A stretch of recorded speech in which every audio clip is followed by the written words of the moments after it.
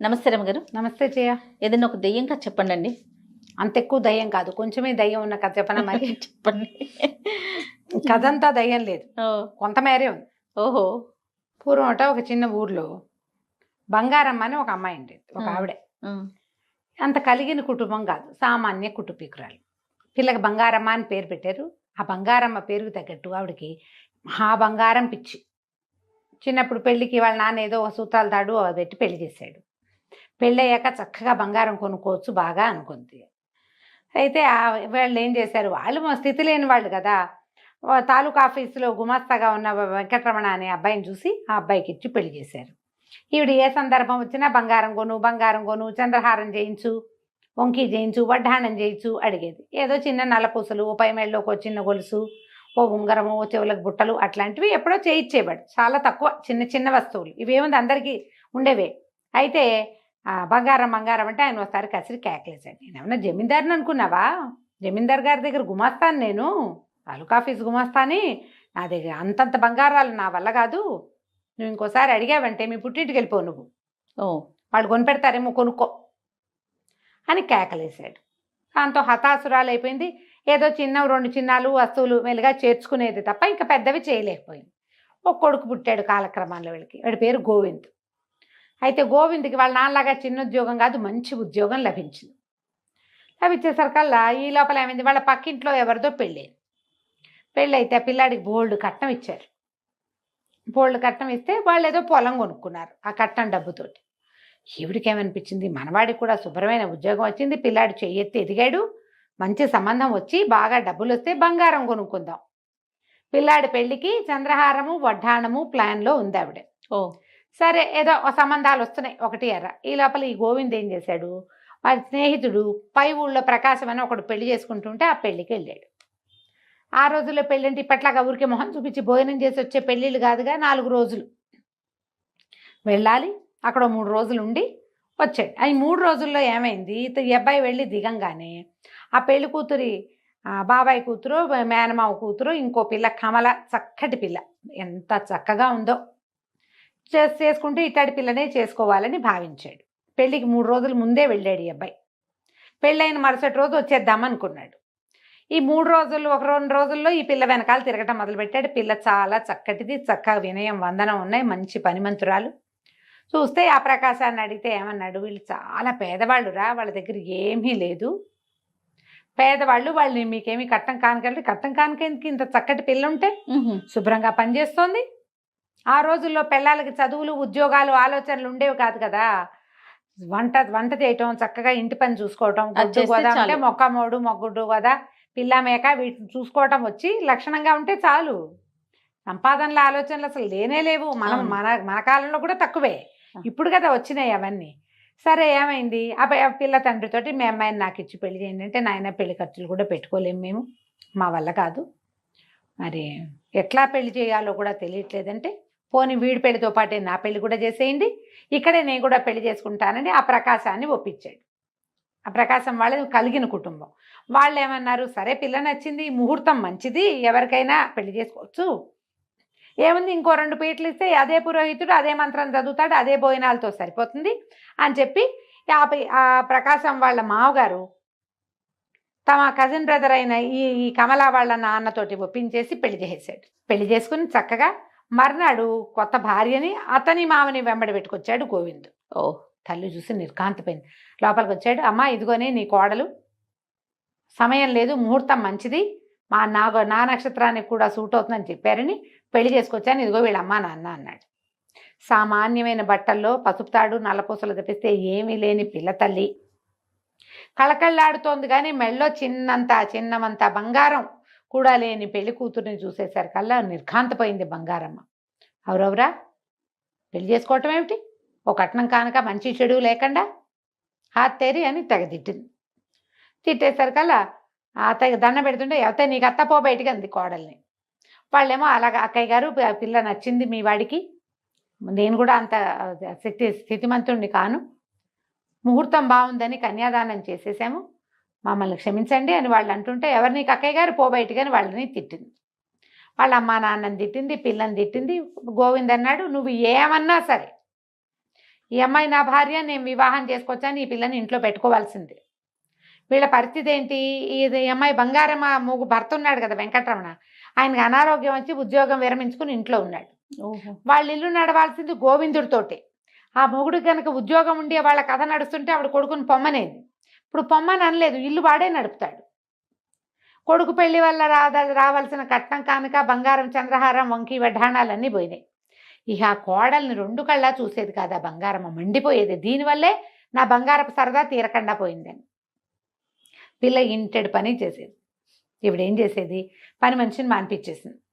నువ్వే తిండిగా దండగా, మరి ఇప్పుడు నీ కింద ఈ పని మనుషులందరూ ఎందుకు అని గిన్నెలు దోమేదాన్ని మానిపించింది, గిన్నెలు కమలే దోమేది. బట్టలు ఉతికేదాన్ని మానిపించింది, బట్టలు కమలే ఉతికేది. ఆ పిల్లకి ఆ పనుల అలవాటు, చెరువుకెళ్ళి నీళ్లు తేవటాలు, బావిలోంచి నీళ్లు తోడి తొట్టెలు నింపటాలు, వంట చేయటము, సమస్తమైన పనులు చేసేది. బాగానే ఉండేది.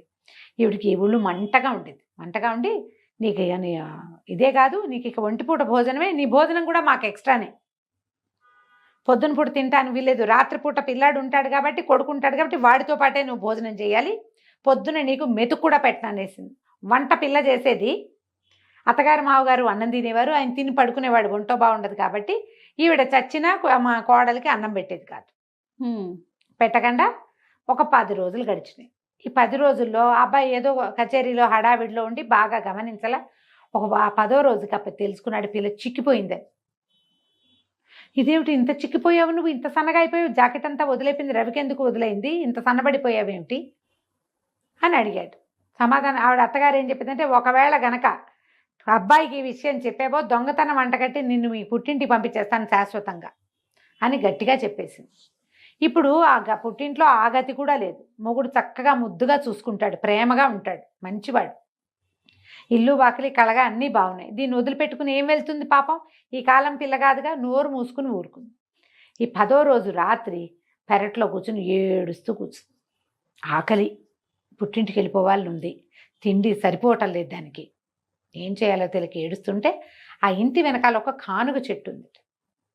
ఆ కానుగ చెట్టు మీద ఎప్పటి నుంచో ఒక దయ్యం ఉంటుంది. అది రోజు వీళ్ళింటికేసి చూస్తుంది, కానీ ఇంట్లోకి వచ్చే ఆలోచన ఎప్పుడు చేయలే. ఈ పిల్ల ఏడుస్తూ కూర్చున్న పిల్లని చూసేసరికి లోపలికి వచ్చింది. వచ్చి, ఎందుకు నువ్వు ఏడుస్తున్నావు ఏమిటంటే ఈ పిల్ల కథ అంతా చెప్పింది. సరే అయితే ఆవిడేం చెప్పింది, నువ్వు రేపొద్దునే పుట్టింటికి వెళ్ళిపోతావు, ఇక నిన్ను చేర్చుకునేది లేదు అని గట్టిగా చెప్పేసింది అత్తగారు. అయిపోయింది, నేను పంపించేస్తానని. పుట్టింటికి వెళ్తే ఇంకా మళ్ళీ వెనక్కి మొగుడి దగ్గరికి రానివ్వదు. పుట్టింటి మీద బెంగగా ఉంది, వెళ్తే ఇంకా రానివ్వదు. ఏం చేయాలో తెలియక ఏడుస్తుంటే ఈ దయ్యం ఏమందంటే, సరే ఇవాళ నుంచి నువ్వు తినే 1000 మెతుకులకి 1 మెతుకు బంగారు మెతుకు అవుతుంది, నీ కంచంలోకి వస్తాయి, మీ అత్తకి ఈ సంగతి చెప్పు అని చెప్తే తెల్లవారు లేవగానే ప్రయాణం కట్టమని కోడల్ని కసిరింది బంగారం.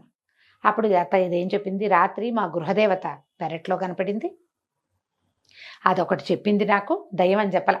గృహదేవత ఏం చెప్పిందంటే, నేను 1000 మెతుకులు తింటే 1 బంగారు మెతుకు కంచంలో పడుతుందిట అనేసరికల్లా, ఇది గృహదేవత ఇన్నాళ్ళు ఏమైంది, ఇన్ని రోజుల నుంచి నేను ఊరికే మేపుతున్నాను అని తిట్టి, సరే చూద్దామని అన్నం పెట్టింది. మధ్యాహ్నం అన్నం పెడితే పిల్ల చక్కగా కడుపు నిండా అన్నం తినది. 2 బంగారు మెతుకులు కనపడ్డాయి. నేను కంతపోయింది ఆవిడ. అయ్య బాబోయ్, ఇన్ని రోజులు పోగొట్టుకున్నానే నేను దీనికి. ఇప్పుడు అది ఎన్ని రోజులు అన్నం తింది కదా, ఇది మొదటి రోజునే కనుక దీన్ని పొట్ట మార్చుంటే, మొదట కొన్ని రోజులు మామూలుగా పెట్టింది, తర్వాత కదా పగటిపూట అన్నం పెట్టడం మానేసింది. మొదటి రోజునే మార్చుంటే ఎన్ని మెతుకులు వచ్చేవో అని 2 మెతుకులు తీసుకుంది, జాగ్రత్త పెట్టుకుంది ఒక భరణలో. పొద్దున సాయంత్రం అన్నం తినేది పిల్ల. అది 1000 మెతుకులు అవ్వగానే ఓ బంగారు మెతుకు కంచం పక్కన ప్రత్యక్షమయ్యేది.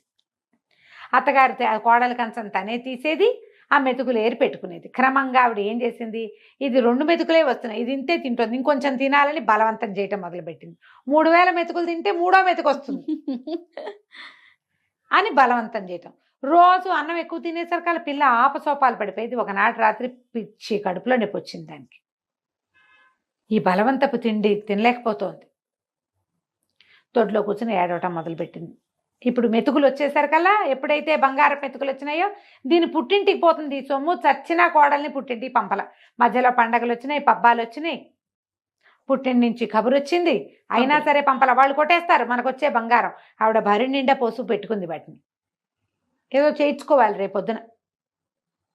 బంగారం ఉంది వీళ్ళ దగ్గర, అదేం బోలా ఉంటుంది. బలవంతం పెట్టుతుంటే ఒక పూట బాగా అన్నం ఎక్కువ తినేసి ఆపసోపాలు పడుతూ దానికి ఏదో నెల తప్పిందో ఏదో, ఇంకా వీళ్ళకి తెలియలే. చచ్చిపోతుంది పిల్ల తినలేక అన్నం. దొడ్లో కూర్చుంది, ఏడవటం మొదలుపెట్టింది. మళ్ళీ వచ్చింది పిశాచం, వాళ్ళ గృహదేవత. ఎందుకే అమ్మాయి ఏడుస్తున్నావు, మెతుకులు చాలేదా మీ అత్తకంటే? కాదు, నన్ను చంపేస్తోంది, ఇంకా తిను ఇంకా తిను అంటుంది. 3000 అవ్వకపోతే మూడో మెతుకు రాదు. ఆఖరి ముద్ద వదిలేస్తే ఒప్పుకోవటం లేదు. నా వల్ల కావటల్లా. మా అమ్మ మీద ప్రాణం లాగుతోంది, వెళ్ళనివ్వట్లేదు, పుట్టింటికి పోనివ్వదు. ఎందుకంటే ఆ మెతుకులు వాళ్ళకి దొరుకుతాయని అనుకుంటుంది. మనిషి మంచిదే, ఈ ఒక్క గుణమే ఆవిడ బంగారం పిచ్చి అనేసరికి సరే ఇవాళ నుంచి నీ బహుమతి కట్టు.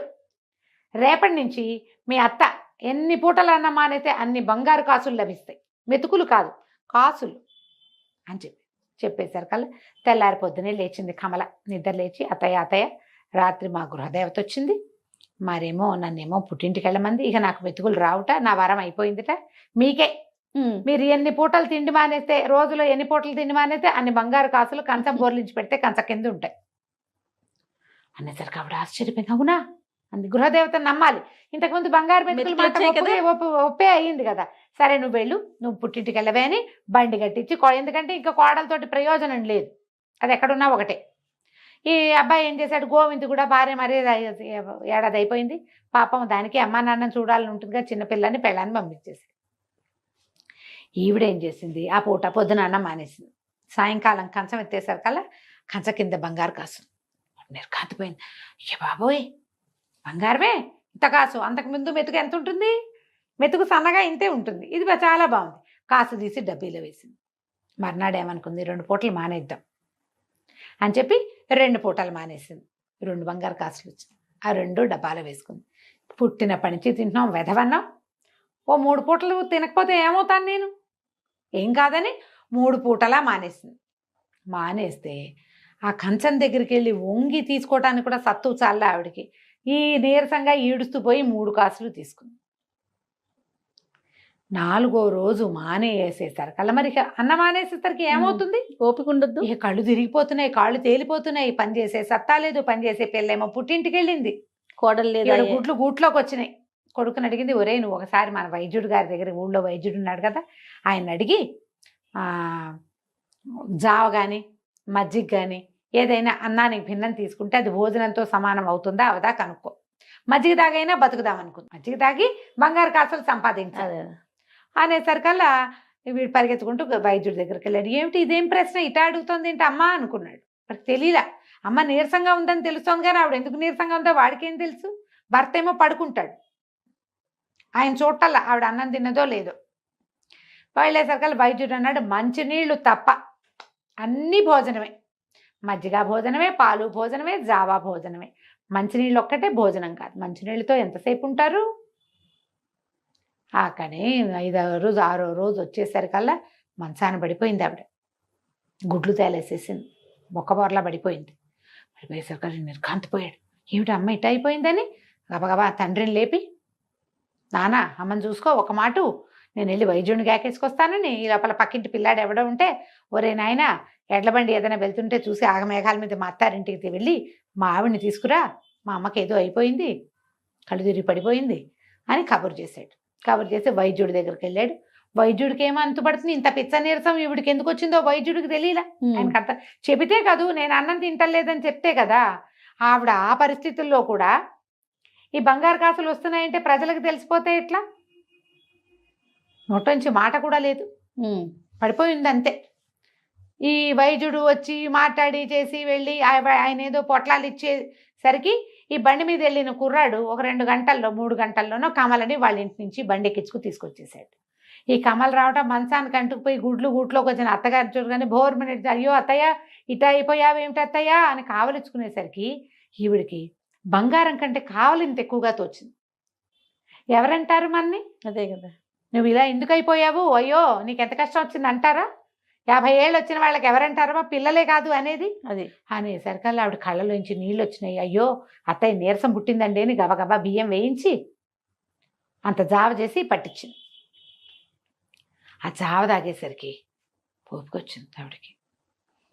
ఓపుకొస్తే కోడలు అడిగింది, ఏం చేసావు అత్తయ్య, ఎందుకు ఇట్లా అయిందంటే, కాదే అమ్మ ఒక పూట మానేస్తే ఓ కాసు వచ్చింది, 2 పూటలు మానేస్తే 2 కాసులు వచ్చాయి, 3 పూట్ల మానేస్తే 3 కాసులు వస్తాయి కదా, వడ్డాణము వంకి చేయించుకోవచ్చు అనుకున్నాను.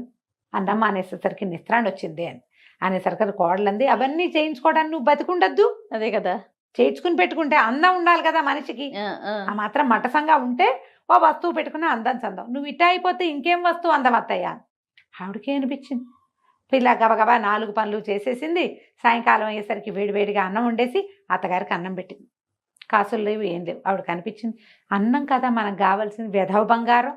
ఎప్పుడో ఒక్కసారి ఒక పేరెంటానికి పెట్టుకెళ్ళే వస్తువుల కోసం నిత్యం ఉండవలసిన అన్నాన్ని వదిలేసుకుని దీపంలా ఇంట్లో ఉండాల్సిన కోడల్ని నానా హింస పెట్టి నేనేం సాధించాను అనుకుని ఆ గృహదేవత ఎవరో ఆవిడకు దండం పెట్టి అప్పటి నుంచి ఈ పద్ధతి అంతా మానేసి ఆ మెతుకుల్ని ఆ కాసుల్ని అన్నీ కరిగించి కోడలికే వంకి వడ్డాణము చంద్రహారాలు చేయించి కళ్ళగా పెట్టి చూసి బాగుందమ్మా అని నోరు మూసుకుని ఊరుకుంది.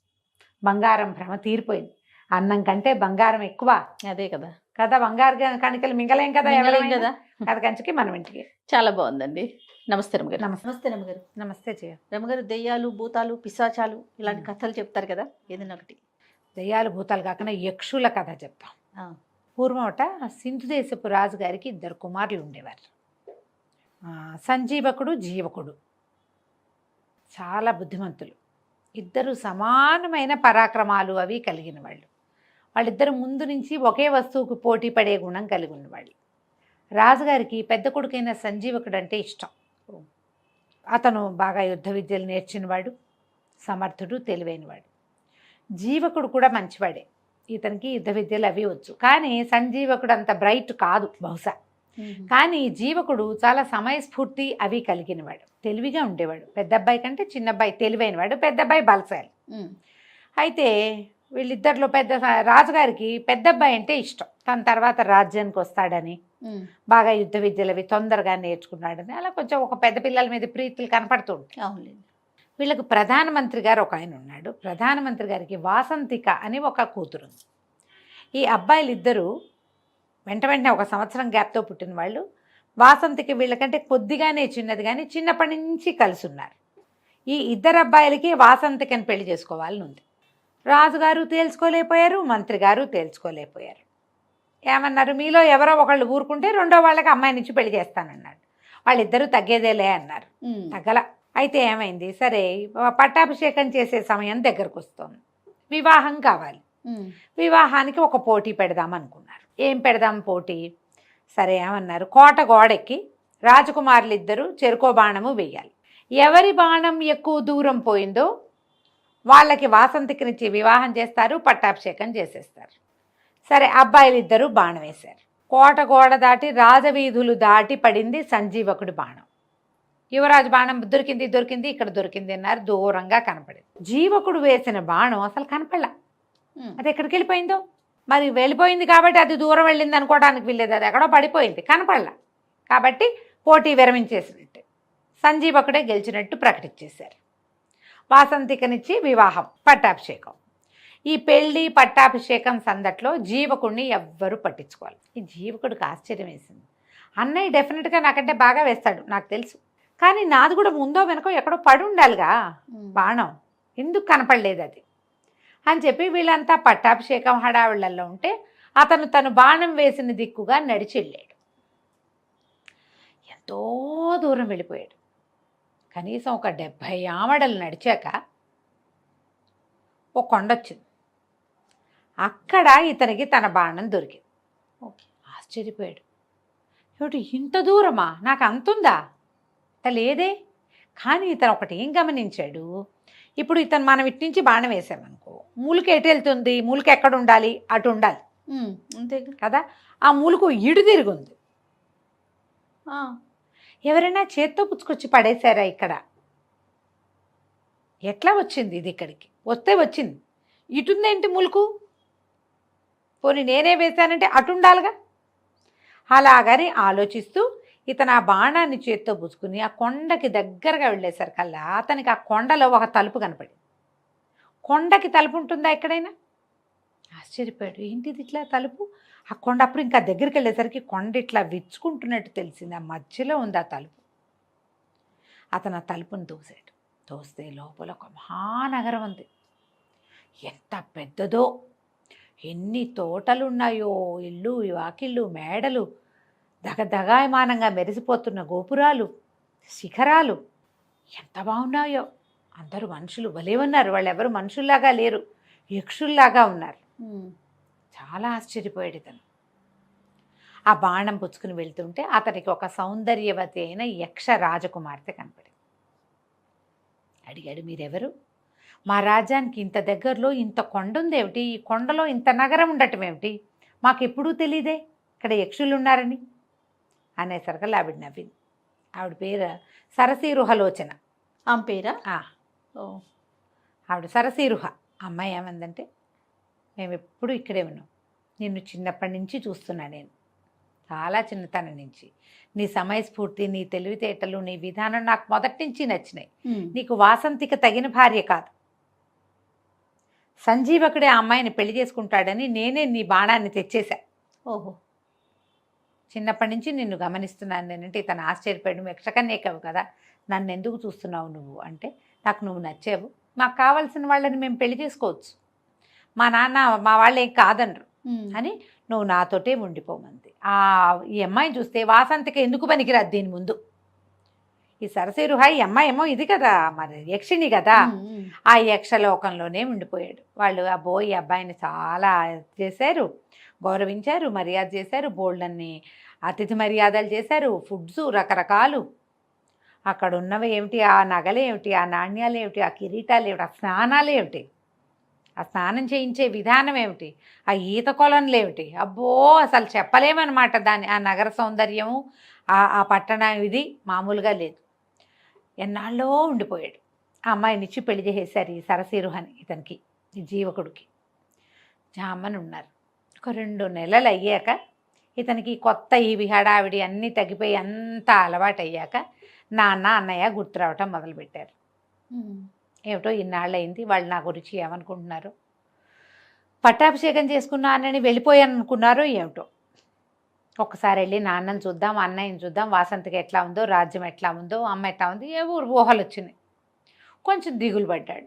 ఈ సరసీరుహ అడిగింది, ఎందుకు ఇటా ఉన్నావు ఏమిటి అంటే, మా నాన్నని చూద్దామని ఉంది, ఒక మాట వెళ్ళి రానా అంటే, సరే ఆవిడ ఏం చేస్తుంది, అట్లాగే వెళ్దుగాని అని చక్కటి ఉత్తమాశ్వాలు పూంచిన ఒక రథం, బోళ్ళంతమంది దేవతాశ్వాలు కట్టిన రథము, కొంతమంది సైనికుల్ని ఇచ్చి, కొన్ని బహుమతులు ఇచ్చి, ఒకే ఒక్కటి జ్ఞప్తికి పెట్టుకో, నువ్వు విన్నాళ్ళు ఎక్కడున్నావో ఎవ్వరికీ చెప్పద్దు, నాతో నీ వివాహం ఇతరులకి చెప్పకూడదు, రహస్యం ఇది, నువ్వు వెళ్ళిరా, ఎన్నాళ్ళు కావాలంటే అన్నాళ్ళు ఉండిరా, మనం ఇక్కడే హాయిగా ఉందాం అంతే.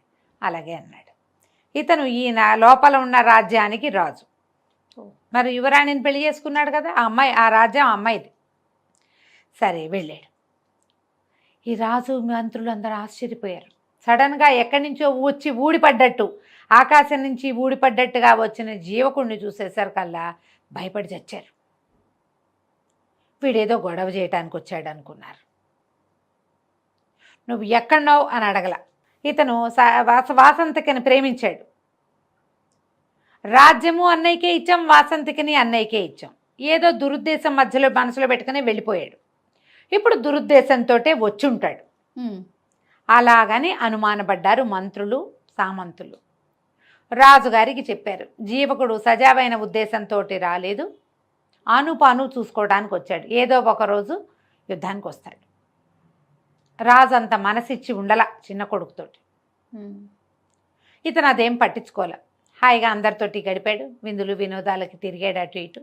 కొన్నాళ్ళక వెళ్ళొస్తాను అని వెళ్ళిపోయాడు. అమ్మయ్య అనుకున్నారు, అమ్మయ్య వెళ్ళిపోయాడు, ఇప్పుడు ఏం ఇబ్బంది లేదు. ఒక 2-3 నెలలు పోయాక మళ్ళీ మా నాన్నని చూస్తా అన్నాడు. అనేసరికల్లా మళ్ళీ సరసీరుహ, ఈసారి ఇంకా పెద్ద రథం, ఇంకో 50 మంది సైనికులు, ఇంకో 25 మంది బానిసలు, అదే ఆ స్త్రీలు వెనకాల పనిచేసేవాళ్ళు అందరినీ ఇచ్చి పంపించింది. బోల్డని గిఫ్ట్లు ఇచ్చింది. నాన్నకో వస్తువు, అమ్మకో వస్తువు, అట్లా రకరకాల మణులు మాణిక్యాలతోటి వస్తువులు. మళ్ళీ ఉన్నట్టుండి ఊడిపడ్డట్టుగా వచ్చినటువంటి జీవకుడిని చూసి హడిలు తెచ్చారు వీళ్ళంతా. అయ్య బాబోయ్, లాస్ట్ టైం 50 మందితో వచ్చాడు, ఇప్పుడు 150 మందితో వచ్చాడు, ఈసారి ఇంకా పెద్ద రథం, ఇంకా బోల్డ్ సామాన్లు తెచ్చాడు, వీడు ఏ ఉద్దేశంతో వచ్చాడు. ఏదో చేయబోతాడు. రాజుగారు అట్లాగే మొహం మార్చుకుని ఉన్నాడు. కొద్ది రోజులు ఉన్నాడు ఇక్కడే జీవకుడు. అందరూ అనుమానంగానే సంచరించేవాళ్ళు. అతను ఏం మాట్లాడితే ఏం అర్థం తీయచ్చా అనే చూశారు. అతను ఏ వేళాకోళానికి నవ్వుతూ ఏదన్నా దురర్థాలే తీసుకున్నారు. మనకు అనుమానం ఉంటే అంతే అన్న తప్పుగానే ఉంటుంది, అనిపిస్తుంది. మన మనసులో ఉంటుంది కదా. అది వాళ్ళు మొహం తిప్పితే మూతి తిప్పుకున్నారనిపిస్తుంది, మూతే తిప్పితే మెటికలు విరిచారనిపిస్తుంది. అలాగే మనం ఇలాగే చేస్తాం కదా. అవును. సరే, ఒక 10 రోజులు 20 రోజులు ఉండి జీవకుడు మళ్ళీ బయలుదేరి వెళ్ళిపోయాడు. వీళ్ళు ఊపిరి పీల్చుకున్నారు. రాజ్యంలో వాళ్ళంతా మంత్రులు, మా సైన్యాధిపతి, రాజుగారు అందరూ ఊపిరి పీల్చుకున్నారు. సరిగ్గా 6 నెలలకి మళ్ళీ వచ్చాడు. ఈసారి పెద్ద సైన్యాన్ని ఇచ్చింది భార్య. మరి ఇప్పుడు ఇక్కడ బలపడుతున్నాం, ఇక్కడ బాగున్నాం, మనది చూపించాలి కదా. పంపించేశారు కదా. పెద్ద అంత వచ్చిన సైన్యాన్ని చూసి హడిలు చచ్చారు వీళ్ళు. కొండ దగ్గర నుంచి వాళ్ళు నడిచొస్తుంటే ఆ రేగిన దుమ్ముకి ఎవరో యుద్ధానికి వస్తున్నారని భయపడ్డారు. తీరా చూస్తే జీవకుడే మామూలుగా వచ్చాడు.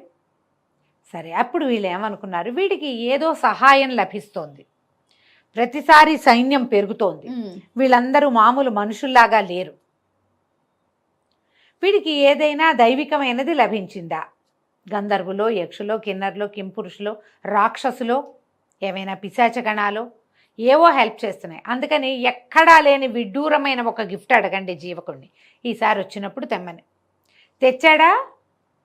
యక్షులతో ఎవరిదో సహాయం లభించినట్టే వీడికి అనేసరికల్లా సరే, ఏం చేశాడు తండ్రి, బాగా ఆలోచించి మంత్రిని అడిగాడు సలహా. ఏం అడగమంటావంటే, ఎక్కడికైనా వెళ్ళినప్పుడు, వేటకి వెళ్ళినప్పుడు సైన్యం అంతా తలదాచుకునేందుకు ఒక డేరా, ఒక గొడుగు కావాలి.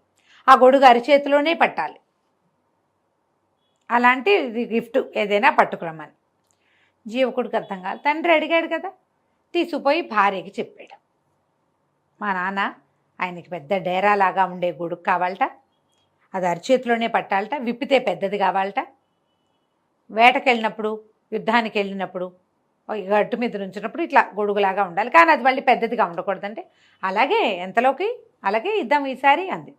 మళ్ళా 3 నెలలకు వెళ్ళాడు. ఈసారి అరిచేతిలో పట్టే ఓ గొడుగు తెచ్చిచ్చాడు నాన్నకి. ఆ గొడుగు విప్పితే విప్పితే విప్పితే విప్పితే ఒక క్రోసెడ్ మేర అయింది అది. మళ్ళీ అదంతా మడిస్తే అరిచేతిలోకి వచ్చేసింది. ఓహో, కాంతపోయారు జనం. అయ్యో బాబోయ్, ఇంకేమైనా ఉందా, వీడికి యక్షులదే సహాయం లభించింది, ఏదడితే అది చేసేస్తున్నాడు, వీడు అడిగితే చేసేస్తున్నాడు, రేపొద్దున ఉట్టుడియంగా వచ్చి పడిపోతాడు, రాజ్యం లాగేసుకుంటాడు. వాళ్ళు ఎందుకు ఊరుకుంటారు యక్షులు? వీడి తండ్రి అడిగినట్టు తెచ్చిచ్చేసాడు. అప్పుడు ఏమన్నారు, ఒక బలశాలైన వాడొకడు పక్కన రక్షణగా ఉండటానికి, యుద్ధంలో సహాయం చేయటానికి, ఎంతమందినైనా ఎడం చేత్తో కూల్చేయగలిగిన ఒక బలశాలని తీసుకురమ్మని అడగమన్నారు. అడగమనేసరికల్లా జీవకుడు సరేనన్నాడు. ఏముంది, 6 నెలలకి 3 నెలలకి నాన్నని చూడ్డానికి వస్తున్నా, ఆయన ఏదైనా అడిగితే యక్షిని మన భార్య ఇస్తుంది అనుకున్నాడు. వెళ్ళి అడిగాడు. సరసిరుహంది, ఇది మంచిది అడగలా మీ నాన్న, ఇది మంచిది కాదు, ఇది సమస్యలకు దారితీస్తుంది. కానీ మా నాన్న అడిగాడు కదంటే, అలాంటి మనిషి ఉన్నాడు, మా అన్నయ్యే, కానీ అతను ఉద్రేకి, అతనితో పని ఎలా అవుతుందో మనకు తెలియదు, మీ నాన్న అడిగాడు కాబట్టి పంపిద్దాం అని చెప్పి జీవకుడు ఇక్కడే ఉన్నాడు. ఈ సరసిరుహ వాళ్ళ అన్నయ్య ఒక మహాయక్షుడిని ఒకడిని పంపించారు. అతను నడిచొస్తుంటే ఈ లోపల ఏమైంది, ఈ మనిషిని పంపడానికి ముందు ఒక వెనకాల ఒక గూఢచారిని పంపించారు. వీళ్ళు ఎక్కడికి వెళ్ళారో వెళ్తున్నారో చూడమని. సైన్యం అంతా వచ్చింది కదా ఇతనితో, ఈ గుంపంతా ఎక్కడికి పోతున్నారో చూడమంటే కొండ దాకా వెళ్ళి మాయమైపోయారని చెప్పాడు వాడు. కొండలో తలుపు ఉంది, జీవకుడు చూశాడు. కాకపోతే సరసిరుహకి ఒక పద్ధతి ఉంది, ఆ అమ్మాయి ఎవరికి అది చూపించదలుచుకుంటే వాళ్ళకే ఆ తలుపు కనపడుతుంది. జీవకుడికి చూపించదలుచుకుంది కాబట్టి చూపించింది, సైనికుడికి చూపించదలుచుకోవాలి, వాడెవడో ఆవిడకి తెలియదు, జీవకుడు వస్తున్నాడని తలుపు చూపించింది. ఇక్కడ ఆవిడ ఆసక్తి లేక, ఆవిడకి తెలియక ఈ తలుపు వాడికి కనపడలా. వాళ్ళు ఆ తలుపులోకి వెళ్ళటాన్ని వాడు మాయమైపోవటంగా భావించాడు. అంటే గ్యారంటీగా యక్షులదే సహాయం. ఎప్పుడో ఒకరోజు రాజ్యాన్ని కబళించేస్తాడు జీవకుడు. యక్షులు వచ్చి మన రాజ్యంలో పేటేసుకుంటారనే నమ్మారు వాళ్ళు. అందుకని ఈ మహాకాయుడిని అడిగారు. ఈ మహాకాయుడిని వీళ్ళు పంపించారు. అతను భూమి అదిరేలాగా అడుగులు వేస్తూ దాదాపుగా ఒక 12-14 అడుగుల ఎత్తు, ఆ ఎత్తుకు తగిన లావు, ఓ 15 మంది 20 మంది బలాఢ్యులైన వాళ్ళు మాత్రమే ఎత్తగలిగిన ఒక పెద్ద గదని భుజం మీద వేసుకుని వెళ్ళాడు. భూమి ఎదిరిపోయేలాగా అడుగులు వేసుకుంటూ రాజుగారు ఎదురుకుండా నుంచునేసరికి ఈ వెళ్తూ ఉంటేనే జనాలు హడిలిపోయి, కొంతమంది కళ్ళు తిరిగి పడిపోయి, కొంతమంది వాంతులు చేసేసుకుని గందరగోళ పడిపోతున్నారు రాజ్యంలో అంతా. అతను నడుస్తుంటే భూమి అదిరిపోతుంది. 12 అడుగులు వాడు నడిస్తే అటాగే ఉంటుంది కదా. మరి వెళ్ళి పెద్ద ఉరుము లాంటి గొంతుతో ఆజ్ఞాపించండి, ఏం చేయమంటారు అనగానే రాజు వణికిపోయాడు. నోట్లోంచి మాట రాలా. ఇతనికి ఏం చెప్పారు? వాళ్ళు అడిగింది చేయమని చెప్పారు. ఏమి అడగటల్లా వాళ్ళు వణికిపోతున్నారు. ఒళ్ళు మండిపోయింది మహాకాయుడికి. ఒళ్ళు మండటం ఏమిటి? అక్కడి నుంచి చేతిలో ఉన్న గద రెండో చేత్తో మార్చుకొని రాజుగారిని నెత్తి మీద ఏమి ఆజ్ఞాపించడం ఏమిటి అని ఒక మొటికాయ ముట్టాడు. కుప్పకూలిపోయాడు రాజు, నేల కతుక్కుపోయాడు. అంతే ఇహ ఒకటే దెబ్బ. ఆయన పెద్ద సభ తీర్చున్నాడుగా. సభలో వాళ్ళంతా హాహాకారాలు చేయగానే ఏమిటి మీ గోల అని గదబెట్టి ఇట అన్నాడు. అనగానే మొత్తం అంతా పక్కకి కూలిపోయి మొత్తం జనం అంతా పోయారు. ఎవరు లేరు జనం సభలో. యువతల వెనకాల నుంచి చూస్తున్న వాళ్ళు ఉన్నారు. వాళ్ళంతా కేకలు పెట్టారు, శరణు శరణు శరణు అని అరిచారు. అరిస్తే ఇతను ఏమన్నాడు? ఈ రాజుకు సహాయం చేయమని మా మావమరిదైన జీవకుడు నన్ను ఇక్కడికి పంపించాడు. రాజుకి అడగటమే రాదు. అతను నశించాడు. అతని వెనకాలన్న జనమంతా పోయారు. ఇప్పుడు రాజు లేడు. అరాచకమైన ఈ రాజ్యానికి మా బావమరిదే రాజు. ఆయన వచ్చి రాజ్యాన్ని స్వాధీనం చేసుకుంటాడు. అప్పటి వరకు ఇది జీవకుడి రాజ్యంగానే చలామణి అవ్వాలి అని చెప్పి వెనక్కి తిరిగి వెళ్ళిపోయాడు. జరిగిందంతా విని జీవకుడిని ఎత్తి బాదుకుండా అయ్యో మా నాన్న అని. ఏమై చెప్పింది సరసీరుహ, మీ నాన్న అందుకు పోలేదు. వాళ్ళకి ముందు నుంచి అనుమానమే నువ్వేం చేస్తావు అని. వాళ్ళ అనుమాన పిశాచే వాళ్ళని చంపేసింది. గొడిగడిగా ఉంచుకోవచ్చుగా. నువ్వు 10,000 మంది సైన్యాన్ని తీసుకెళ్ళావు. నీ 10,000 మందిని నా దగ్గర ఉంచమని అడగచ్చుగా మీ నాన్న. నువ్వు ఆ 10,000 మందితో ఏం చేస్తావో అనుకున్నాడు. ఇప్పుడు ఒక బలాఢ్యుడైన మనిషిని అడిగి వాళ్ళ చావు వాళ్లే కొని తెచ్చుకున్నారు. ఇక చేసేదేం లేదు. పద మన రాజ్యానికి వెళ్ళి మనం ఏలుకుందాం అని చెప్పి అయిపోయింది. ఇప్పుడు రాజ్యానికి ఆ రాజుగారికి రెండో పక్కన పెద్ద కొడుకు కోడలు అందరూ కూర్చున్నారు. మొత్తం అంతా పోయారు గుంపంతా, ప్రధానమంత్రితో సహా. వెనక నుంచి ఊళ్ళో నుంచి నడిచొచ్చి ఇతన్ని చూసిన వాళ్ళు మాత్రమే బతుకున్నారు. అంటే ప్రజలు ఉన్నారు. సంజీవకుడు సరసీరుహ ఇద్దరు వెళ్ళి ఆ రాజ్యాన్ని వశం చేసుకుని సింధు రాజ్యాన్ని వాళ్లే హాయిగా పరిపాలించారు. తర్వాత కాలంలో యక్షులు ఆ రాజ్యంలో తిరుగుతూ ఉండేవాళ్ళు. ఎవరినైనా సరే వాళ్ళ అనుమానం భయపెట్టినట్టుగా నిజం భయపెట్టదు. అవును, నిజం సామాన్యంగా ఉంటుంది. అది నిప్పులాంటిదే. దాన్ని హ్యాండిల్ విత్ కేర్ సరిపోతుంది. అనుమానమో బడబాగ్ని, దాన్ని హ్యాండిల్ చేయలేం. ఎందుకంటే నీకు ఏం చేసినా అనుమానంగానే ఉంటుంది, రగులుతూనే ఉంటుంది, ఎప్పుడూ రగులుతూనే ఉంటుంది. నువ్వు అదే నీ దగ్గర చిన్న అగ్ని ఉంది నిజం, దాన్ని చిన్న ముంతలో పెట్టి కూడా నువ్వు కాపాడచ్చు. కరెక్ట్ కదా. దాన్ని మనం ఏం చేయలేం, అదేం చేయదు మనని, అది మనని కాల్చదు, చక్కగా ఉంటుంది. మనం సంరక్షించాలంతే. అనుమానం ఏంటంటే అటటట పెరిగిపోతూ ఉంటుంది. ఆ పెరిగిపోయేది చివరికి మనం చంపేస్తుంది కదా, కంచికి మనం ఇంటికి. చాలా బాగుంది రమ్మగారు. నమస్తే. నమస్తే. నమస్తే రమ్మగారు. నమస్తే జయ. రమ్మగారు చందమామ కథ ఒకటి చెప్పుకుందామండి. మాచిరాజు కామేశ్వరరావు గారి కథలు చెప్తున్నాను. అవునవును. ఒక కథ చెప్తాం భారతి. పూర్వం అంట ఒక పల్లెటూరులో పార్వతమ్మ అని ఒక ముసలావిడ ఉండేది. పార్వతమ్మ కుటుంబం లేదు ఆవిడకి. ఏదో కొంచెం చెయ్యి అవుడో ఏదో కూడా పాపం. ఈ అంగవైకల్యంతో పని చేసుకుని బతకలేక భిక్షాటం చేసి పొట్ట పోసుకునేది పెద్ద ఆవిడ. అయితే ఈ భిక్షాటం చేసుకునే క్రమంలో ఆవిడకి ఒక 5-6 సంవత్సరాల పిల్లవాడు ఒకడు దొరికాడు, అనాథుడు. ఎవ్వరు లేరు పాపం వాడికి. ఆ పిల్లాడి పేరు అనంతుడు. ఆ అనంతుడిని చేరదీసింది. తనతో పాటు తిప్పుకునేది. పిల్లవాడి పాపం చదువుకుంటాడని వాడిని స్కూల్లో చేర్చి పాఠశాలకు పంపించి తను భిక్షాటంతో పిల్లవాడిని పెంచి పెద్దవాడిని చేసింది. ఏదో 10 పైసలు దాచుకుని వాడికి తిండి తిప్పలు చూసి తను తెచ్చిన తిండి వాడికి పెట్టి వాడికి ముందు పెట్టి వాడి పొట్ట చూసి పిల్లవాడిని పెంచింది. కొంచెం పెద్ద క్లాసులకి చదువుకు వచ్చాక వీడు తెలివిగలవాడు, చక్కగా చదువుతున్నాడని బళ్ళో అయ్యగారులు వాళ్ళు వీళ్ళు వాడిని పై చదువులకు కూడా చదవాయిచ్చారు. మెల్లిగా పెద్ద చదువులు అయ్యాక వాడికి చక్కటి ఉద్యోగం వచ్చింది, ప్రభుత్వ ఉద్యోగం. వచ్చేసరికల్లా వాడన్నాడు, అవ్వా నువ్వు ఇంకా ఈ రోడ్ల మీదకి వెళ్ళబోక, పెద్దదాని అయిపోయో ఓపిక కూడా లేదు, హాయిగా ఇంట్లో ఉండు, మంచి ఉద్యోగం వచ్చింది అని చెప్పి ఆవిడని ఇంట్లోనే ఉంచుకున్నాడు. అవ్వ మనవడు కలిసే ఉండేవాళ్ళు. వీడికి చక్కటి ఉద్యోగం వచ్చింది కదా, చుట్టుపక్కల వాళ్ళంతా మానవుడికి పెళ్లి చేయవా అనేవాళ్ళు. పెళ్లి సంబంధాలు వచ్చినాయి. ఈ పెళ్లి సంబంధాల్లో ఎట్లాగా ఈ అబ్బాయి ప్రభుత్వ ఉద్యోగం అవటం, చూడడానికి చక్కగా ఉన్నాడు, బుద్ధిమంతుడు, కష్టపడి చదువుకున్నాడు, ఈ లక్షణాలు చూసి ఎవరైనా పిల్లనిస్తారు. ఇక వాడి కులగోత్రాలు అడగకుండా. ఇప్పుడు కూడా అలా చేస్తారు కదా జయ. అయితే మంచి సంబంధాలే వచ్చినాయి.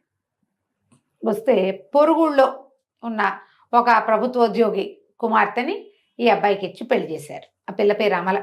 తల్లికి, మా అవ్వకి, మనవడికి ఇద్దరికి నచ్చింది పిల్ల, చక్కటిది, బుద్ధిమంతురాలు, పని పాట చేస్తుంది. సరే పెళ్లి చేసుకున్నాడు. అతను రోజు ఉద్యోగానికి వెళ్ళిపోయేవాడు, ఆ పిల్ల ఇంట్లో ఉండేది. అయితే ఈ పిల్ల చక్కగా వంట తంటా చేసి పెట్టేది, కానీ దానికి వంటగా ఉండేది. ఈ బిచ్చగత్తకి నేను ఎందుకు వంట చేసి పెట్టాలి? ఆవిడ ఇంట్లో ఉండేది, పెద్దదైపోయింది, ఆ అన్నం ఆ వేళకు అన్నం పెట్టాలి, నేను చక్కగా రుచి రుచిగా వంట చేసి నా మొగుడికి పెట్టుకోవాలి, ఈ ముసలిదానికి నేను ఎందుకు పెట్టాలి, ఇవిడ బిచ్చగత్తె అని ఆవిడ మొహం గిట్టేది కాదు. ఏదో పిల్లి మీద ఎల్లి మీద పెట్టి తిట్టేది. అడుక్కు తిన్నప్పుడు వచ్చినట్టుగా ఇప్పుడు ఎటా వస్తాయి అలాంటివి కూడా ఏవో అనేది, నచ్చేది కాదు. అయితే ఆవిడ కూడా ఈ మాట్లాడకుండా ఊరుకునేది. భిక్షాటన చేసేటప్పుడు ఎవరైనా అదిలించటం అలవాటే ఆవిడకి. సర్లే కోడలు కొడుకుతోటి బాగానే ఉంటుంది, పిల్లాడితో బాగుంటుందిగా, ఊరుకునేది, చెప్పేది కాదు. అనంతుడికి తన భార్య ధోరణి అర్థం కాలేదు. చాన్నాళ్ళు రోజులు గడిచినాయి. తల్లులు చెప్పారనుకో, ఇంట్లో ఉన్న ఆడవాళ్ళు గొడవలు వస్తాయి, ఎందుకులేని ఆవిడ మాట్లాడకుండా ఊరుకునేది. క్రమంగా ఈ పార్వతమ్మకి ఏదో కొంచెం అనారోగ్యం వచ్చింది. అనారోగ్యం వస్తే, పూర్వకాలం అయితే ముందు రోజులైతే ఎట్లా పోయేదో, సంపాదించే పిల్లవాడు ఇంట్లో ఉంటే వెంటనే వైద్యం చేయించాలని చూస్తారు కదా, వాడేదో వైద్యానికి ఖర్చు పెట్టడం మొదలుపెట్టాడు. డాక్టర్ని తీసుకొచ్చేవాడు, ఆయన మందులంటే అవన్నీ ఇవన్నీ తెచ్చి అవ్వకన్నీ రంగరించి పోసేవాడు, శ్రమ పడేవాడు బాగా. ఈ అమ్మాయికి అమలకి మహామంటగా ఉండేది. వదిలేస్తే పోతుంది కదా దాని దారిన ఆవిడ, ఈ మోతబరు ఉండదు మనకి, ఈ లగేజ్ ఎందుకు, వైద్యానికి ఖర్చు పెడుతున్నాడని విసుక్కునేది. అయితే ఒకనాడు ఏమైంది, పెద్ద పండుగ దగ్గరకు వస్తుంది, ఏమండి నాకు పట్టు చీర కొని చాలా రోజులైంది, ఈ తెప్ప పట్టు చీర కొనాలంది. అనేసరికల్లా అతను అన్నాడు, చూస్తున్నావు కదా అవ వైద్యానికి బోల్డ్ ఖర్చు అవుతుంది, ఇప్పుడు వద్దు పట్టు చీరలు అవి ఇప్పుడు ఏం వద్దు. అనేసరికల్లా ఆవిడేమంది, అమ్మాయి అమల నాకంటే బిచ్చగత్తే ఎక్కువ మీకు అంది. అనేసరికి కేకలేసాడు, ఏం మాట్లాడతావు అది, ఏం మాటలు, అవ్వని బిచ్చగత్తే అనద్దు, నువ్వు ఇట్లా మాట్లాడద్దు అనేసరికి అని లేచి వెళ్ళిపోయాడు. బయటికి వెళ్ళిపోతే ఈ పిల్లకి పిచ్చి కోపం వచ్చేసింది, తెగ తిట్టింది ఆవిడ్ని. సాయంకాలం భర్త వచ్చేసరికి ఏమన్నది, పొద్దున్నుంచి ఎంత క్షోభగా ఉందో తెలుసా, నేనంటే అంత నిర్లక్ష్యమా మీకు, ఏరుకోరి చేసుకున్నామనే, ఒక బిచ్చగతికి ఇచ్చిన పాటి గౌరవం ఇవ్వరా నాకు, ఈవిడ ఇంట్లో నుంచి పంపించేస్తే కానీ నేను ఇంట్లో ఉండను అని ఏదో గట్టిగా మాట్లాడేసరికి అతను కేకలేసాడు. భార్య పట్ల ఎంత బాధ్యతగా ఉండాలో నాకు తెలియదు అనుకోవద్దు, నువ్వు భార్యగా నువ్వు నా బాధ్యత ఎట్లాగో అవ్వ బాధ్యత కూడా నాదే, ఆవిడ నన్ను పెంచింది, నన్ను చేరదీసింది, అవ్వ పట్ల పూర్తి బాధ్యత వహించవలసిందే నేను, భార్యగా నీ పట్ల నీకు పట్టు చీర కాస్తే మామూలు చీర కొంటాను అనేసరికి అమ్మాయికి ఏమీ నచ్చలేదు. రాత్రి ఉత్తరం రాసిపెట్టి తెల్లవారుజామునే బయలుదేరి పుట్టింటికి వెళ్ళిపోయింది. నువ్వు ఆవిడని వదిలించుకుంటేనే నన్ను తీసుకెళ్ళటానికి రా, లేకపోతే నీతో కాపురానికి నేను రాను, నడుచుకుంటూ ఇంటికి వెళ్ళిపోయింది. దారిలో ఏదో బండి కనబడితే బండి ఎక్కింది, పెట్టబేడ అయింది, ఓ చిన్న సంచి సర్దుకుని వెళ్ళిపోయింది. మొగుడు చచ్చినట్టు వస్తాడు అనుకుంది. ఈ అనంతుడు ఉత్తరం చూశాడు కానీ ఏం మాట్లాడలే. ఈ లోపల ఈ అమ్మాయి ఇంటికి వెళ్ళిపోయింది. ఇంటికి వెళ్ళేసరికి వాళ్ళ నాన్న అన్నయ్య ఉన్నాడు, తల్లి లేదు. ఈ అమలకి నాన్న అన్నయ్య ఉన్నారు. అన్నయ్యకి ఇంకా వివాహం కాల. అంతకుముందు పుట్టింట్లో చక్కగా వంట చేసేది, పెద్దవాళ్ళిద్దరికి పెట్టేది, తండ్రికి అన్నయ్యకి, అదే వంట అక్కడ చేసేది. ఇంత స్పీడ్గా వచ్చిన దాన్ని చూసేసరికల్లా వాళ్ళ నాన్న అన్నాడు, ఏమిటి అమ్మ ఒకదానివే వచ్చావు, పండుగకు వస్తావనుకున్నావు, ముందే వచ్చావు, అనంతరం ఎట్లా ఉన్నాడు, పార్వతమ్మ కులాసాగా ఉందంటే, బిచ్చగత్తే ఎక్కువ నాన్న మీ అల్లుడికి, నాకేమీ నచ్చలేదు, పండగకి పట్టు చీర కొనమంటే అవ్వక వైద్యం అంటాడు, వదిలేస్తే పోయేదానికి, నేను ఆ బిచ్చగతకు వండి పెట్టడానికి పెళ్లి చేసావా ఏమిటి నాన్న నువ్వు, నాకేం నచ్చలేదు, నేను చచ్చిన వాళ్ళు మా ఆయన బుద్ధి తీసుకొస్తే గాని అని రుసరుసలాడుతూ ఇంట్లోకి వెళ్ళిపోయింది. తండ్రి కొడుకు మొహం చూసుకున్నారు. అర్థమైంది, అయిపోయింది. ఈ అమ్మాయి చక్కగా స్నానం పానం చేసి ఏదో కాస్త పోయి రాజేసి వంట చేసేసి మధ్యాహ్నం భోజనం చేసి అన్నయ్యకి నాన్నకి క్యారేజీలు కట్టించి పంపించేసి, అలవాటు కదా, తాపీగా కూర్చుంది. సాయంకాలం చీకటి పడినా నాన్న రాల, చీకటి అయిపోయింది. ఏమిటా నాన్న రాలేదని వాకిట్లోకి ఇంట్లోకి తిరుగుతుంది. రోజువారీ వేళ దాటిపోయింది, కచేరీ నుంచి వచ్చే వేళ దాటింది. పక్కింటి రామయ్య గారు కనపడ్డాడు. రామయ్య బాబాయ్, మా మామయ్య మా నాన్నేడి, కానీ ఇంతసేపు అయింది రాలేదంటే, అమ్మ నీకు చెప్పచ్చో చెప్పకూడదోనే, ఏం చేయాలో, మరి మీ నాన్న ఇవాళ లంచం తీసుకుంటూ పట్టుబడ్డాడమ్మా, పట్టుబడిపోయాడు, మొహం చెల్లకి ఇంకా వచ్చి ఉండడు అనేసరికి వణికిపోయింది అమ్మాయి. ఉద్యోగం పోతుంది మీ నాన్నకి అని చెప్పాడు. ఉద్యోగం పోయి లంచం తీసుకుంటూ పట్టుపడ్డమంటే ఎంత పరువు తక్కువ, ఇంట్లోకి బయటకి తిరుగుతోంది, అన్నయ్య రాలేదు, నాన్న రాలేదు, ఏం జరుగుతోందో తెలియదు.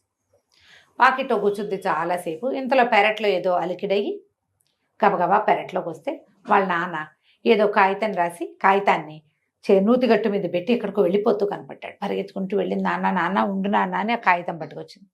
నేను ఎవరికి మొహం చూపించలేను, మరణించడానికి వెళ్ళిపోతున్నానని కాగితాల్లో ఉంటే ఈ అమ్మాయి తండ్రిని పట్టుకుని వాళ్ళ ఏడ్చింది. అయ్యో నాన్న, ఇంత పని చేస్తావా, ఏదో పొరపాటు అయ్యింది, ఇంత పని చేస్తే అంటే అమ్మ ఉద్యోగం పోతుంది అన్నాడు. పోతే అన్నయ్య లేడు, అన్నయ్యది బాధ్యత కాదు, అన్నయ్య ఉన్నాడు, అన్నయ్యకి ఉద్యోగం ఉంది, తండ్రిని చూడాల్సిన బాధ్యత లేదా అన్నయ్యకి? తండ్రిగా తన బాధ్యత, కొడుకుగా తన బాధ్యత నిర్వహించడా? ఇంటో ఉండదు ముందుగానిలే నాన్న, పోతే పోయింది ఉద్యోగం, పోయినా సరే నీ కొడుకున్నాడు, కొడుకుదే కదా నీ బాధ్యత, మమ్మల్ని వదిలిపెట్టి ఇట్లా అన్యాయం చేయక నాన్న అని కావలించుకుని ఏడ్చింది. అన్నయ్య లోపలికి వచ్చాడు. బాధ్యత సంగతి సరే, నాన్న చూడు ఇంత పని చేశాడు, లంచం తీసుకున్నాడు, పట్టుబడ్డాడు, పరువు పోయింది, అసహ్యం వేయట్లేదు నీకు నాన్నంటే అన్నాడు. అంటే అసహ్యం ఎట్లా వేస్తుంది, నాన్న వల్ల ఏదో పొరపాటు అయ్యింది, తండ్రిగా నా గౌరవం వీసం ఎత్తు తగ్గల, అమ్మ చనిపోతే మన ఇద్దరిని పెంచి పెద్ద చేశాడు, నాకు పెళ్లి చేశాడు, రేపు నీకు పెళ్లి చేయబోతాడు, ఇల్లు బాకిలి ఏర్పరిచాడు, ఇంకేంటి నాన్న ఏదో వల్ల ఏదో పొరపాటు అయింది, నాన్నని ఎందుకు అసహించుకుంటాం మనం అన్నది. సరే, సంఘంలో పరమ తప్పుగా భావించే లంచం తీసుకుంటున్న నాన్నేమో నీకు అసహ్యంగా లేడు, కొడుగ్గా నేను బాధ్యత వహించాలంటున్నావు, మరి అవకరంతో పొట్టపోసుకునే దారి లేక భిక్షాటం చేసిన పార్వతమ్మ అంటే నీకు అసహ్యం. ఆవిడికి రోడ్డు మీదకి దొరికి, నేను సొంత పిల్లల్ని చూశాడు నాన్న గొప్ప నీకు, రోడ్డు మీద దొరికిన అనంతుణ్ణి ఆవిడ పెద్ద చేసి వాడికి ఒక ఉద్యోగం, వాడి జీవితం ఏర్పరిచి, వాడికి ఒక పెళ్లి చేసి, వాడి పెళ్ళాన్ని చీత్కరిస్తున్నా నోరు మూసుకుని వాళ్ళ ఇంట్లోనే ఉంటున్న పార్వతమ్మకేమో ఏ విలువ లేదు, ఆవిడంటే నీకు అసహ్యం, ఆవిడ బిచ్చగత్తె, కాలు చెయ్యి అన్నీ ఉన్న నాన్న లంచం తీసుకోవచ్చు, లంచగొండ ఎక్కువ బిచ్చగాడు ఎక్కువ అంటే ఎవరిది ఎక్కువ తప్పు? బిచ్చగాడిది తప్పు కాదు, అంతేగా, వాడికి వేరే చారలేదు, లంచగొండి తప్పు అనేసరికి అమ్మాయి వెంటనే గటక్కుమని అంది లోపల. నిజం కదా, నాన్న బాధ్యతగా పెంచాడంటే నాన్నకి పుట్టాం కాబట్టి నాన్నది బాధ్యత. పరాయి బిడ్డ ఎవరో రోడ్డు మీద దొరికిన పిల్లవాడిని, 6 ఏళ్ల వాడిని చేరదీసి నాకే బరువు, నీకు నేనెక్కడ పెడతానని ప్రపంచమంతా తోసేసిన వాడిని దగ్గర పెట్టుకుని వాడిని ప్రయోజకుడిని చేస్తే నేను తప్పు చేశాననిపించింది. అప్పుడు అందే, అన్నయ్య నన్ను క్షమించు, నేను తొందరపడ్డాను, మీరు అన్నీ ఆలోచించి నాకు పెళ్లి చేసిన నేను అమ్మమ్మని అవ్వని ఇట్లా తక్కువ చేశాను, నాన్నకు ఉద్యోగం పోతుందో ఏమిటో అన్నయ్య, పాపం కాస్త నాన్న సంగతి జాగ్రత్తగా చూసుకుంటావా, నేను మా ఇంటికి వెళ్ళిపోతాను. అన్నయ్య నవ్వాడు. నాన్న ఉద్యోగం పోలేదు, ఆయన లంచం తీసుకోలేదమ్మా, నీకు అర్థమయ్యాలా, మేము ఎన్ని మాటలతో చెప్పినా నీకు అర్థం కాదు, మేము చెప్పితే సిచ్యువేషన్ వస్తే కానీ నీకు తెలియదు కదా, నీ నెత్తి మీదకి వస్తే నీకు అర్థమైంది. పక్కింటి రామయ్య బాబాయ్ మేము కలిసి నాటకం ఆడాం, నాన్న ఉద్యోగం పోలేదు, నీ మొగుడు లంచగొండు కాదు బుద్ధిమంతుడు, మన నాన్న మేము కూడా అంతేనమ్మా. మనుషులు ఎలా ఉండాలి, పరిస్థితులను బట్టి అవతల వాళ్ళకి మర్యాద ఇవ్వాలి. నీకు వాకిట్లో వచ్చిన బిచ్చగత్తె వేరు, వాళ్ళని కూడా మనం చీత్కరించకూడదు, వాళ్ళ గతి గడుకుపోయి వచ్చారు, ఇస్తే పెడితే పెట్టు, లేకపోతే చీత్కరించకూడదు, మనం తప్పు, మనలాంటి మనుషులే వాళ్ళు కూడాను, ఉంటే పెట్టు, లేకపోతే పైకి వెళ్ళినాయనా అని చెప్తే సరిపోతుంది. పెంచిన అమ్మని ఇట్లా అనొచ్చా ముసలిదాన్ని పాపం అనేసరికి ఆ అమ్మాయి బట్టలు సర్దుకుని చిన్న మూట తెచ్చిందిగా, ఆరేసిన బట్టలు మూటలో సర్దుకుని నేను మా ఇంటికి వెళ్ళిపోతున్నానని వెళ్ళిపోయింది. కథ కంచికి మనం ఇంటికి. చాలా బాగుంది రమ్మగారు, చిన్న కథ అయినా ఎంత బాగుంది, చాలా చాలా బాగుంది. కొడుకు బాధ్యత అంతే. నమస్తే. నమస్తే రమ్మగారు. నమస్తే జయ. రమ్మగారు, ఏదైనా మంచి స్టోరీ చెప్తారా? ఒక ప్రశ్న, చిన్న ప్రశ్న, దీని పేరు ఆడాళ్ళకి అన్నిటికంటే స్త్రీలకి ఇష్టమైంది ఏమిటి? నువ్వేం చెప్తావు జయ? అన్నింటికంటే ఇష్టమైందా? బంగారమే రమ్మగారు కదా, దాని మీదే. అవునా? ఇప్పుడు కెమెరా పట్టుకుని మొత్తం మన ఆఫీస్లో ఉన్న అబ్బాయిలందరినీ అడుగు, అమ్మాయిలు కూడా అడుగు, అన్నిటికంటే నీకేది ఇష్టం అని అడిగితే వాళ్ళకి తెలియదు వాళ్ళకి ఏమి ఇష్టమో, ఏదో చెప్తారు ఇట్లా బంగారం, పువ్వులు, ఆకులు, కాయలు, కవిత్వం, సంగీతం బోల్డని చెప్తారు. అసలు విషయం అది కాదు, ఇందులో ఉంది చెప్తా. చెప్పండి. పూర్వం ఒక రాజుగారు రాణిగారు ఉండేవారు. ఓ రోజు తోటలో వ్యాహ్యాలకి వెళ్తున్నారు. ఇద్దరు కలిసి తిరుగుతున్నారు అటు ఇటు. చాలా బాగుంది తోట. ఆవిడ ఆ పువ్వు ఈ పువ్వులు కోసుకుంటుంది, ఎంజాయ్ చేస్తున్నారు. సరదాగా సాయంకాలాలు వాకింగ్కి వెళ్ళటాలు ఉంటాయి కదా. ఏమండి, స్త్రీలకు అత్యంత ప్రియమైనది ఏమిటో చెప్పండి అని అడిగితే రాజుగారు అన్నారు పువ్వులు అన్నాడు. ఏం కాదు అన్నది ఆవిడ. అక్కడి నుంచి ఆవిడ అంతకుముందు ఒక డిసెంబర్ పువ్వు కోసి దాని ఆ పువ్వుని వెనక భాగాన్ని నోట్లో పెట్టుకుని పీల్చేది. తేనె అన్నాడు ఆయన. అది కాదు, ఆయన 10 చెప్పాడు. ఆవిడ ఒక్కదానికి ఒప్పుకోవాలి. అవేం కాదు, ఇవేం కాదు, ఇవేం కాదు. ఆయన మన గణేష్ చెప్పిన బంగారం కూడా చెప్పాడు. అది కూడా కదా కాదండి ఆవిడ. సరే, అక్కడి నుంచి ఈయనకి డౌట్ వచ్చింది. ఇంత చిన్న ప్రశ్నకి సమాధానం చెప్పలేనా నేను అని చెప్పి ఈ ప్రశ్నకి సమాధానం తెచ్చాకే నీతో మాట్లాడతా అన్నాడు. ఆవిడ కూడా నాకు కావాల్సిందే దానికి ఆన్సర్ అని చెప్పి. అయిందా? అక్కడి నుంచి ఏమైంది, ఇప్పుడు ఆన్సర్ కావాలి. సభికులందరినీ అడిగారు, స్త్రీకి అత్యంత ప్రీతిపాత్రమైనది ఏమిటి? ఇలాగే గుంపులో తలా ఒకటి వచ్చింది. ఆవిడ అంది, పైన కూర్చుంది. కాదండి. ఈయన ఏం చేశాడు, రాజ్యంలో చాటింపేశాడు. రాణిగారు అడిగిన చిన్న ప్రశ్న, స్త్రీకి అత్యంత ప్రీతిపాత్రమైనది ఏమిటి? ఎవరు చెప్తే వాళ్ళకి బహుమానం. జనం అంతా తండోపతండాలుగా వచ్చారు సమాధానాలు చెప్పడానికి. అంతమందిని చూశాక రాణిగారికి నచ్చిన సమాధానం చెప్పకపోతే కొరడా దెబ్బలు తగులుతాయి అన్నారు. గుంపంతా పోయారు మొత్తం. అంతేగా, వచ్చిన వాళ్ళంతా వెళ్ళిపోయారు. దెబ్బలు తినడానికి ఎవరు రెడీ అవుతారు? రాజుకు నచ్చలా, ఇదేమిటి ఇంత చిన్న ప్రశ్నకి ఆన్సర్ దొరకదా నా దేశంలో నాకు? ఇలా కాదు, సభికులందరినీ అడిగాం, ఊళ్ళో వాళ్ళేమో దెబ్బలకు భయపడుతున్నారు. ఇట్లా కాదని రాజుగారు రోజు ఒక పావురాన్ని విడిచిపెడతాడు. ఆ పావురం ఏ ఇంటి మీద వాళ్తే ఆ ఇంటి వాడు సమాధానం చెప్పాల్సిందే, లేకపోతే వాడి కొరడా దెబ్బలు తప్పవు. దీనికోసం ఇప్పుడు ఈ అడ్వర్టైజ్మెంట్కి ఎంత పని ఇవి. మరి తాను చెప్పలేకపోయాడు, సామాన్య ప్రజలు ఎలా చెప్తారు? చెప్పాలి. మళ్ళీ కొరడా దెబ్బలు ఈ ఏర్పాటంతా అయింది. ఇప్పుడు రోజు పొద్దున్నే వాకిట్లో మేడ మీద నిలబడి పావురాయి ఎదురు పెట్టడం. ఆ పావురాయి అయిపోయి ఆ ఇంటి మీద ఈ ఇంటి మీద వాళ్తాం, వాళ్ళు మెమ్మే బెబ్బే అంటాం, వాళ్ళకి కొరడా దెబ్బలు, గందరగోళం, అన్యాయం. రోజులు గడిచినాయి. ఒకరోజు ఒక పేద రైతు ఇంటి పూరి గుడిసె మీద, రైతుకు తల గుడిసె మీద వాలింది. గుడిసె మీద వాలేసరికి ఆయన చూసుకున్నాడు, పావురాయి వాలింది. ప్రజలంతా వెయిట్ చేస్తున్నారు ఎవడింటి మీద వాలుతుందో అని. మన ఇంటి మీద వాళ్తుందేమని మనకి భయము. అవునవును. మన ఇంటి వాళ్ళదంటే అమ్మాయి అనుకుని ఎవరింటి మీద వాలిందో అక్కడికి పోతారు గుంపద్దా. పోయి నీ ఇంటి మీద పావురాయి వాలింది, రాజుగారి ప్రశ్నకు నువ్వు సమాధానం చెప్పాలి, రాణి గారిని సాటిస్ఫై చేయాలన్నారు. ఆ పేద రైతు ఒక కుర్రాడు, ఆయనకి ఇద్దరు కలిసి దీనంగా చేపలు అవి పట్టుకుంటుండేవాళ్ళు. వాళ్ళకి ఏమీ లేదు, చెరువు గట్టుకుపోయారు. ఇవాళే ఆఖరి రోజేమో 4 కొరడా దెబ్బలు తింటే మనం బతికే ఉండము అనుకున్నారు. అనుకుని దీనంగా చెరువు గట్టు మీద కూర్చున్నాడు. కూర్చునేసరికల్లా వాళ్ళ అబ్బాయి అన్నాడు, నాన్న నేను వెళ్తాలే నాన్న, కొరడా దెబ్బలు నువ్వు తినలేవు, నేను తింటానన్నాడు. ఒక ముసలం వెళ్తుంది దారిలో. ఏమిట్రా కొరడా దెబ్బలు ఎవరికి రాంది? ఏముంది మా అమ్మ, ఎగో రాజుగారి గోల, ఆవిడేదో పై ఊరు నుంచి వస్తుంది, ఎన్ని రోజుల నుంచో నడిచి వస్తుంది. రాజుగారు ఇట్లా అడిగారు, రాణిగారికి స్త్రీలకు అత్యంత ప్రీతిపాత్రమైంది ఏదో చెప్పమంటున్నారు. కొంతమంది చెప్పారు, ఆయనకి నచ్చలేదు, ఆవిడకి నచ్చలేదు. ఆ పావురాయి దొంగ మొహం మా పూరింటి మీద వాలింది, ఇప్పుడు మేము వెళ్ళాలి. పిల్లాడో నేనా ఎవరో దెబ్బలు తినగలిగే వాళ్ళమని ఆలోచిస్తున్నాము, వాళ్ళకి నచ్చేది మేము ఎట్లా చెప్తామంటే అదో పెద్ద ప్రశ్న ఎట్రా నాయన అని ఆవిడ ఆన్సర్ చెప్పేసి. ఇంతేనా అన్నాడు కుర్రాడు. ఇంతేరా అని చెప్పి వెళ్ళిపోయి. మర్నాడు పొద్దున భటులు వచ్చారు పేద రైతు గారింటికి. వస్తే నేను రానండి మా అబ్బాయి వస్తాడని అబ్బాయిని పంపించాడు. రైతుకి పెద్దవాడు కదా, కొంచెం రాజుగారి పట్ల వినయము, విధేయత గట్రా చాలా ఉన్నాయి. కుర్రాడికి తెంపర్తనం ఉంటుంది, ఎవరైతే వాడికి ఏమిటి లెక్కలేదు వాడికి. ఇప్పుడు కూడా అంతే కదా, పెద్దవాళ్ళు అనుభవం వల్ల భయపడతారు. అవును, పోలీసులు అంటే భయము, గవర్నమెంట్ అంటే భయము, ఎవరైనా అడ్వకేట్లు వాళ్ళతో మాట్లాడితే భయం. పెద్దవాళ్ళకంటే డక్కా మొక్కలు తిని వీళ్ళతో పెట్టుకోకూడదు అలాంటివి తెలుస్తాయి. అవును, పిల్లలకి తెలియదు తొందరగా. పిల్లలకి చెప్పారు కదా, పిల్లకాకేం తెలుసు ఉండేది దెబ్బని. దానికి ఏం అనుభవం లేదు కాబట్టి దానికి ఏ భయమో ఉండదు, పిల్లకాకులకు తెలియవు. ఈ పిల్లాడు కూడా తెంపర్తనంతో వస్తానన్నాడు. సరే, రాజుగారు సైనికులు వచ్చి ఈ కుర్రాన్ని వెంటేసిపోయారు. సరే, రాజు రాణి అందరూ కూర్చున్నారు. కూర్చుంటే వచ్చి ఏమిట్రా అబ్బాయి నువ్వు చెప్తావా సమాధానం అంటే చెప్తానండి అన్నాడు. ఏం చెప్తావంటే భర్త మీద అధికారం అండి, ఆవిడ కావాల్సింది అది. ఆయన ఆశ్చర్యం, ఏమిటి ఇంతేనా అన్నాడు. అంతేనండి, కావాలంటే అడగండి. రాణిగారు అడిగిన ఒక చిన్న ప్రశ్నకి మీరు ఎంత గందరగోళం చేశారు, పోనీలేండి అంతే ఆవిడ అనలా. ఆవిడ కథ నడిపించుకుంటూనే ఉంది. అడగండి అంటే ఆవిడ తలకాయ చెప్పింది. మొగుడు మీద అధికారం ఉంటే చాలు, బంగారం గింగారం అని నోబార్ అవన్నీ వస్తాయి ఆటోమేటిక్గా. వేరే బంగారం మీద ఆశ పెట్టుకుంటే ఆయన తిడుతున్నాడు అనుకో, బంగారం కొనిపెట్టి